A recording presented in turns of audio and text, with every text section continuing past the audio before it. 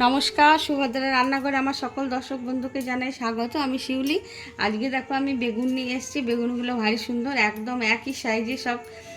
তো আমি আর সাথে নিয়েছি কয়েকটা সর্ষের দানা, কতগুলো কাজু আছে, আর এটা একটু পোস্তটা বেশি আছে। আমি এগুলো দিয়ে আজকে বেগুনের একটা রেসিপি বানাবো, যেটা হচ্ছে দই বেগুন।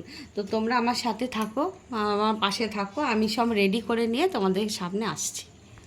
আমি বেগুনগুলো দেখো দু টুকরো করে কেটে নিয়েছি, মানে মাঝামাঝি দুটো করে কেটে নিয়েছি, যেহেতু বেগুনগুলো একদম সেম সেম সাইজে ছোট ছোট ছিল, সেই জন্য। আর লবণ দিয়ে দিলাম, আর হলুদ দিয়ে দিলাম, আর একটু কাশ্মীরি রেড চিলি পাউডার। আমি একটু চিনি দিয়ে দিচ্ছি অল্প করে। এবারে আমি বেগুনগুলোকে হাত দিয়ে ভালো করে মেখে, মানে ম্যাসেজ করার মতন সুন্দরভাবে মেখে মিনিট 10 রেস্টে রেখে দেবো। তারপরে আমি বেগুনগুলো ভাজবো। এবার আমি কড়া বসিয়ে দিয়েছি গ্যাসে, তেল দিয়ে দিয়েছি সর্ষের তেল। এবারে আমি বেগুনগুলোকে ভাজতে দিয়ে দিচ্ছি। আমি দুবারে বেগুনগুলো ভাজবো, আমার বেশ কয়েকটা বেশি বেগুন আছে, কারণ এই জিনিসটা আমি আমার ছেলে খেতে খুব ভালোবাসি। আমি চাপা দিয়ে ভেজে এগুলো তুলে নেব। এই বেগুনগুলো আমার ভাজা হয়ে গেছে। এবার আমি এগুলো উঠিয়ে নিচ্ছি। সুন্দরভাবে ভাজা হয়ে গেছে দেখো। এবার বাকিগুলো আমি আবার ভেজে তুলে নেব এইভাবে। আমার সর্ষে পোস্ত কাজুটা বাটা হয়ে গেছে। এবার আমি এর মধ্যে দুটো কাঁচা লঙ্কা দিচ্ছি, দিতে ভুলে গেছিলাম। আর যাই হোক, এবার দইটা দিয়ে দিচ্ছি। আমি দইটা দিয়ে একবারে ঘুরিয়ে নেব। এবার আমি আর একটা মশলা রেডি করে নিচ্ছি, সেটা হচ্ছে ধনের গুঁড়ো আর জিরের গুঁড়ো একসাথে দিয়ে দিলাম অল্প করে, আর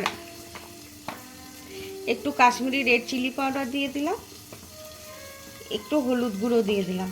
এগুলো দিয়ে এবারে আমি একটু জল দিয়ে এটা মিক্সড করে আমি রেখে দিচ্ছি।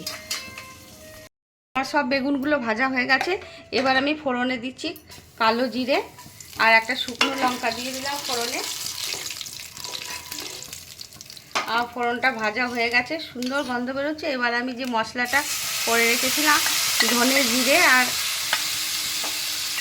কাশ্মীরি রেড চিলি পাউডার, হলুদ গুঁড়ো, সেই মশলাটা দিয়ে দিলাম। মশলাটা একটু কষিয়ে নেব। আমার মশলাটা কষানো হয়ে গেছে, তেল ছাড়তে শুরু করে দিতে দেখো, কাঁচা গন্ধ চলে গেছে। এবারে আমি পরিমাণ মতো লবণ দিয়ে দিলাম, আর সামান্য এক ফোঁটা চিনি দিয়ে দিলাম, চিনির দানা দিয়ে দিলাম কতগুলো। এবারে আরেকটু আমি কষিয়ে নেব। খুব সুন্দর কষানো হয়ে গেছে। এবারে আমি যে দই দিয়ে পোস্ত বাটা আছে, এর মধ্যে পোস্ত, সর্ষে, দই, কাজু, কাঁচা লঙ্কা বাটার পেস্টটা আমি দিয়ে দিচ্ছি। এবারে আমি এটা দিয়ে ভালো করে কষিয়ে নেব। যেহেতু এটা দই বেগুন, তো দইয়ের পরিমাণটা তো আমি একটু বেশি দিতেই হবে। আমার দই দিয়ে কষানো রেডি হয়ে গেছে দেখো, দই গিয়ে তেল ছাড়া শুরু করে দিয়েছে। তোমরা একবার, আমি হোমমেড গরম মশলা গুঁড়ো ছড়িয়ে দিলাম। তোমরা একবার এইভাবে বানাবে, অবশ্যই নিরামিষ দই বেগুন অসম্ভব সুন্দর হয় খেতে। আর খেয়ে আমাকে কমেন্ট করে তোমরা জানাবে তোমাদের কেমন লেগেছে। এবারে আমি দেখো বেগুনগুলো একটা একটা করে দিয়ে দিচ্ছি। বেগুনগুলো দিয়ে একদম সব দিয়ে দিচ্ছি। আর এটা খুব মানে ঝোল ঝোল হবে না, এটা একদম গ্রেভি, একদম মাখা মাখা হবে। ব্যাস রেডি। একবার ফুটলে আমি একটু চেরা কাঁচা লঙ্কা, একটু ধনেপাতা কুচো দিয়ে অফ করে দেবো গ্যাসটা। একটু জাস্ট ফুটবে 2 মিনিট।